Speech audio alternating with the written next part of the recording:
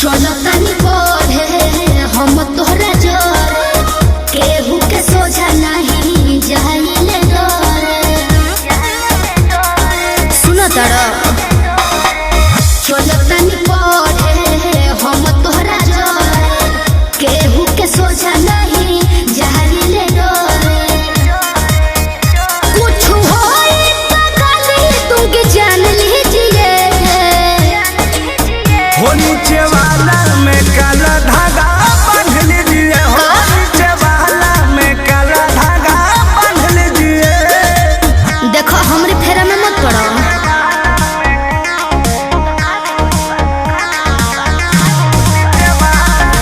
Music by Arya Sharma.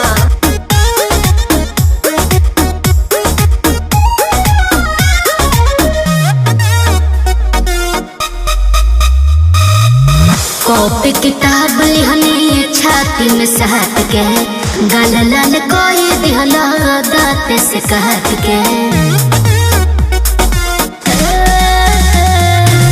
लाल लाल ओठ तोहार लगता गजरा।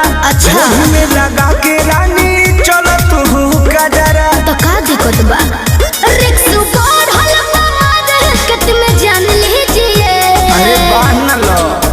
हो नीचे वाला में काला धागा बांध लीजिए। हो नीचे वाला में काला धागा बांध लीजिए।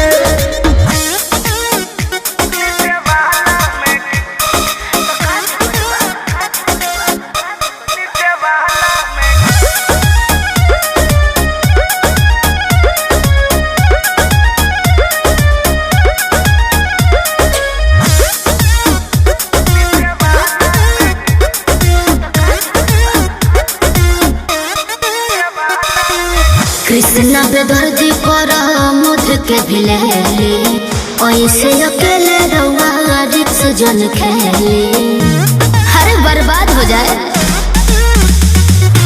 सोनू अशोक औरी शनिवार फेर में तो पर दी तो करे जा तेरा वेलुआ नेर में। सही कहतनी जाई तो तोरिया आप मान लीजिए प्लीज। हो नीचे वाला में काला धागा बांध लीजिए। हो नीचे वाला में काला धागा बांध लीजिए।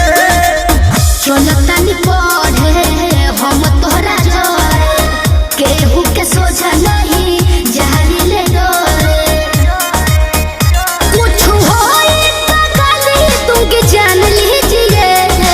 अच्छा ये बात है। हो नीचे वाला में काला धागा